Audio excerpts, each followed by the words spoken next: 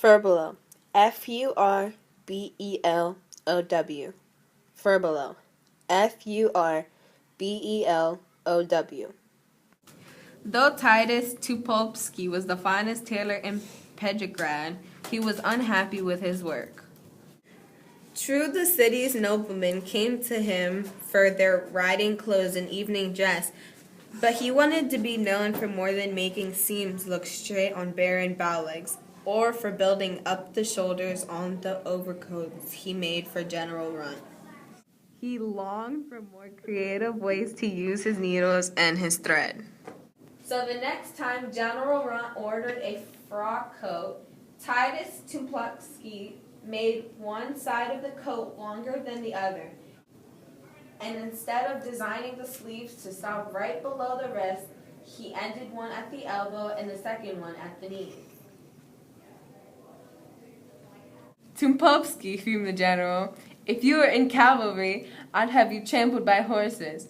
If you were in infantry, I'd have you shot. As it is, I have half a mind to have you sewn inside a bear, with orders not to let you out until you've promised never ever to make another coat like this.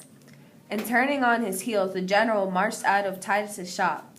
Poor Titus, he remade the general's coat, giving him exactly what he wanted, something old-fashioned.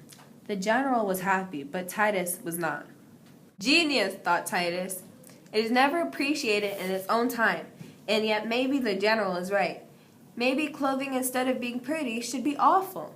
So Titus decided to sew something out of the ordinary, something fancy yet practical. But what? I got it, cried Titus. I know just what I can sew. An astronomer's walking suit for Baron Balex. The Baron, you see, loved to look at the skies and keep track of the sun and the stars. So Titus made him a suit with a hat that could serve as a sundial, and a sleeve that could serve as a telescope, and a pant leg with lines that could serve as a graph. Clever, very clever, said the Baron when he saw the suit that Titus made. You know, I think I rather like it, Titus beamed with satisfaction. But tell me, said the Baron, could you add a leather strap across the shoulder where I can hang my astrolabe? I use it to measure the height of the stars, and I never go gazing without it.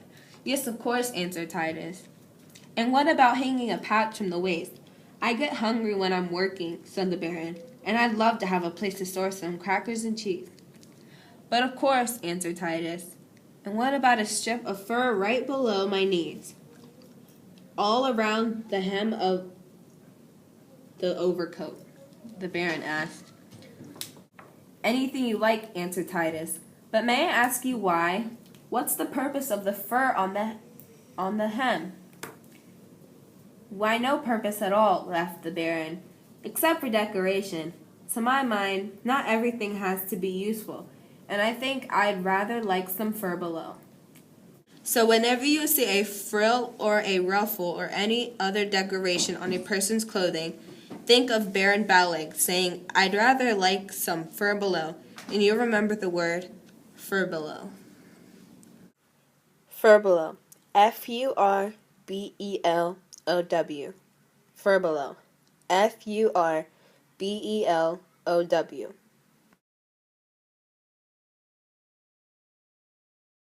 Tupolsky, fumed the general. If you were in cavalry, I'd have you trampled by horses. Tupolsky, fumed the general.